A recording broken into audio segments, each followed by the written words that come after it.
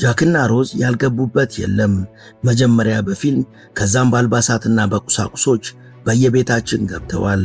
የፍቅር ታሪካቸው ፍቅርማ እንዲህ ነው አስብሎ እንባ አራጭቶናል። በጃክና ሮዝ ምክንያትም ታይታኒክ የተባለችው መርከብ ከተረሳችበት ተነስታ ዳግም ነፍስ ዘርታለች። በወቅቱ ይህንን ፊልም ስናይ አንድ በፍጹም ልብ ያልነው ነገር ግን ነበር። ከዓመታት በፊት የታሪክ አዋቂዎች ይፋ ያደረጉትና የታይታኒክ ተወዳጅነት ላይ ጥላሸት የቀባ መጥፎ ነገር። አዎ ታይታኒክ ላይ የቆዳ ቀለሙ ጥቁር የሆነ ግለሰብ በፍጹም እንዲሳፈር አይፈቀድለትም ነበር። ተሳፍሮም አያውቅም። ይህም ቢሆን ግን ታይታኒክ በውበቷ የምትደነቅ መሆኑ አያጠራጥርም። አሁን ላይ ግን ታይታኒክ ደግሞ ምንዋ ያምራል የምታስብል እንከን የለሽ መርከብ በተራዋ እየተወደሰች ነው።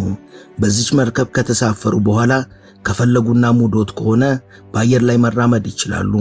በቆንጆ ሁኔታ የተሰራ እንጀራ በምስር ካማሮትም አዘው መብላት ይችላሉ። የቡሩንዲም ሆነ የሶሪያ ብቻ ደስ ያሉትን ሀገር ምግብም አዘው መመገብ ይችላሉ። በዚች መርከብ ላይ ሰርፍ እያደረጉ ባህሩን መቅዘፍ ይችላሉ። መርከቧ ውስጥ ያሉ ግድግዳዎችም ልክ እንደ ስልኮች ሁሉ ስማርት ግድግዳዎች ስለሆኑ ፊልምም ሆነ ኳስ አሊያም ዜና ማየት ሲፈልጉ እነዚህ ሰፋፊ ግድግዳዎች ላይ ፈታ ብለው መመልከት ይችላሉ። ፍቅረኛዎትን ከጎኖ ሸጉጠው የመርከቧ ማማ ላይ ከወጡማ በቃ ልወርድም ማለቶ አይቀሬ ነው።